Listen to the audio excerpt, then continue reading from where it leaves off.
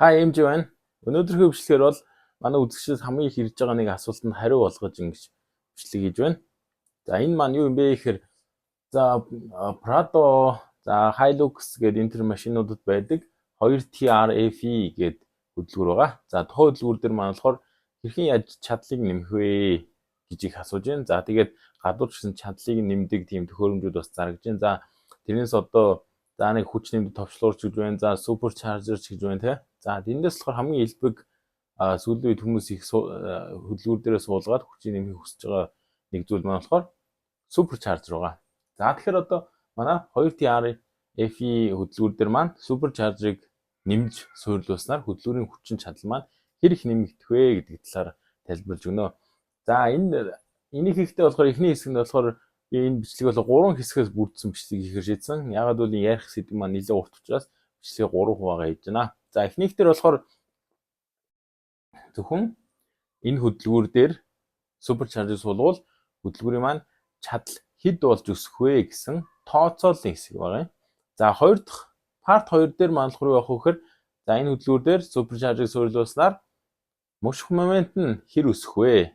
За дээрэс нь за ямар инжектор тавих уу? За ямар инжектор тавьснаар хэдэн литр цагийн зарцуулалтаа ямар инжектор, ямар түвшний ноцоос нэмж тавих вэ гэдэг талаар болохоор бичлэг оруулна. За 3 дахь партаар болохоор за яг одоо туур энэ суперчаржер маань шахаж байгаа агаарын дарааллыг хэдээр тохируулвал хамгийн тохиромжтой вэ? За хэдээр тохируулвал ямар эд ангиуд маань солигдох вэ? Энэ талаар бичлэгийг оруулах болно. За тэгээд энэ бичлэгийг үзэхээс өмнө болохоор та бүхэн миний оруулсан байгаа суперчаржер хэрхэн ажилладаг вэ гэсэн бичлэг үзэх юм бол үзчихэд дараагийн бичлэг үзэх юм бол илүү их ойлгомжтой болно. За тэгэхээр энэ ерөнхийдөө энэ 2TR-FE гэдэг Prado хөдөлгүүр дээр суперчаржер тавиул хэр их чадал гарах вэ гэсэн бүрэн ойлголтыг авахын тулд за эхлээд миний оруулсан суперчаржерын тухай бичлэг үзээд за дараа нь болохоор part 1 чадлын тооцоо, part 2 мушх моментийн тооцоо, part 3 нь ерөнхийдөө ямар эд анги солигдох вэ гэсэн энэ дөрвөн бичлэгийг цогцоор нь үзчихэж ерөнхийдөө нэлээд сайн ойлголтыг авах юм аа. За өнөөдрийн бичлэгийг хэвтүүлье. За би бичлэг эхлэхээс өмнө суперчаржерын тухай товч танилцуулчихъя. За өмнөх бичлэгэн дээр орсон байгаа. За суперчаржер гэдэг маань агарыг өндөр даралтаагаар хөдөлгүүрөөр шахаж оруулдаг. За тэгээд хөдөлгүүрлөө их агаар орноо тэрийг дагуулад их түлш цацчих юм бол хөдөлгүүр маань илүү их чадал гаргана гэсэн үг.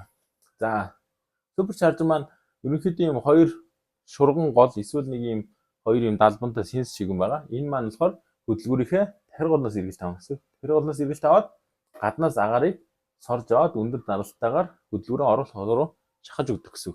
За ингэснээрээ хөдөлгүүрлөө өндөр даралттай их агаар орсноор хөдөлгүүр маань илүү их чадал гаргана гэсэн үг.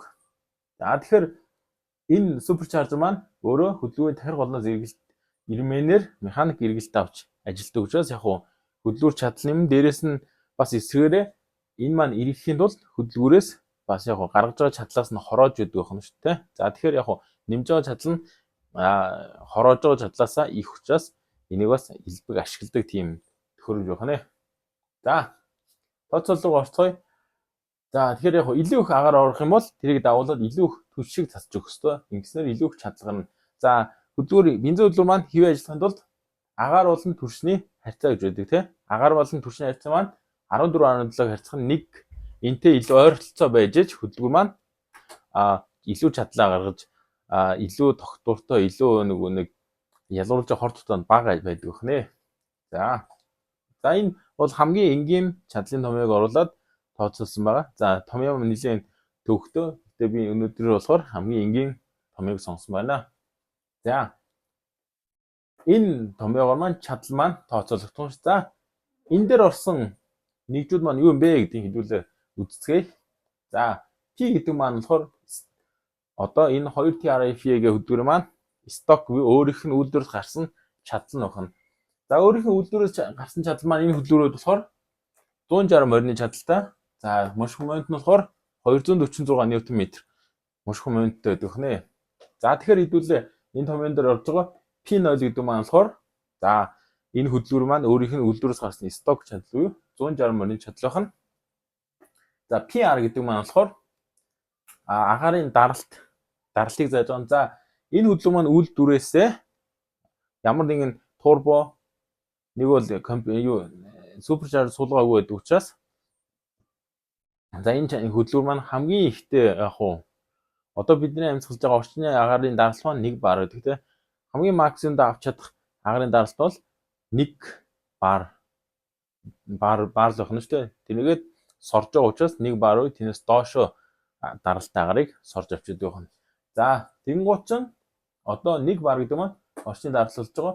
За тэгэнгუთ одоо энэ 1 бар дээр нэмээд бид нэр суперчаржераар ахаад 1.5 барын даралт нэмээд өгчнө гэсэн. Тэгэхээр яг хоо нийтдээ хөдөлгөөр рүү 1.5 бар даралттай агаар орно гэсэн үг. За тэгэхээр гаднаас одоо сток хөдөлгөөр маань суперчаржер үедээ сорж авч чадах агаараас 50% илүү агаар өгнө гэсэн үг.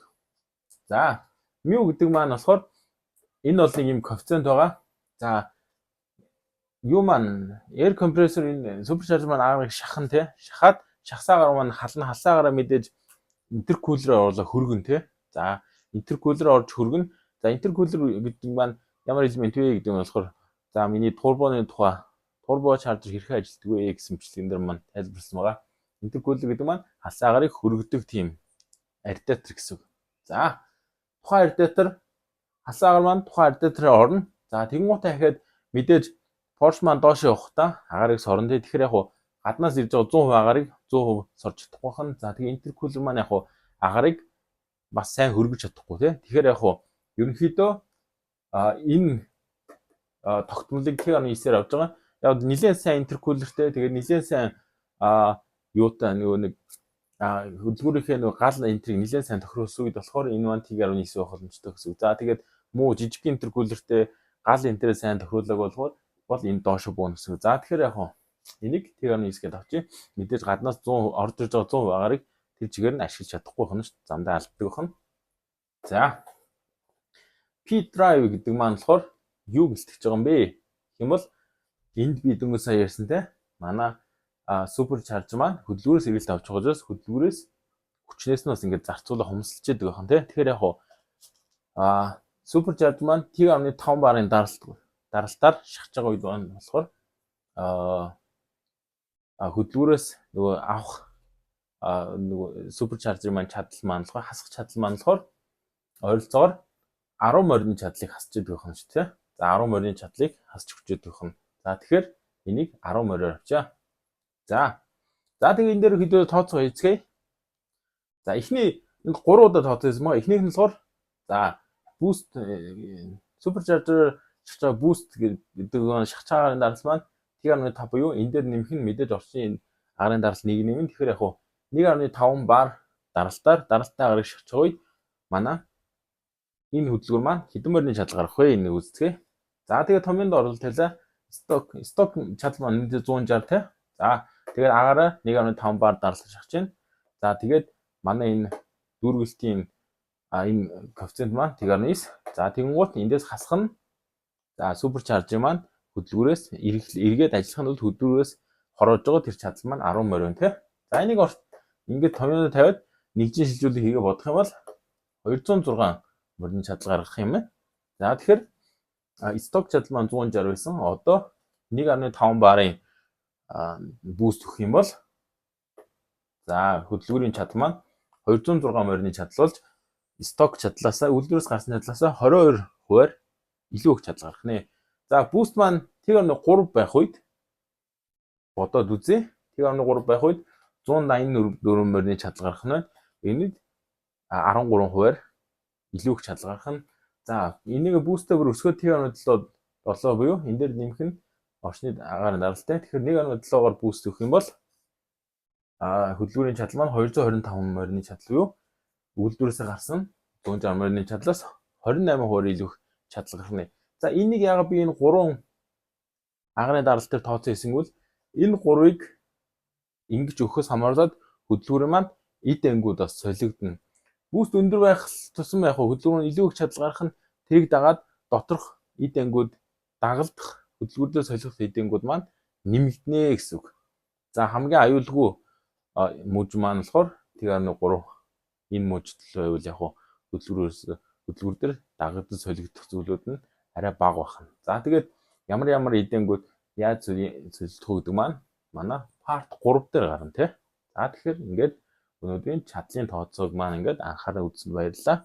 Одоо хэдүүлээ дараагийн хөдөлгүүрийн муш моментын тооцоогоо хийцгээе. За тэгээ манай энэ чадлын тооцоо маань таалагдсан бол шеэр хийж бусдад түгээгээрэй.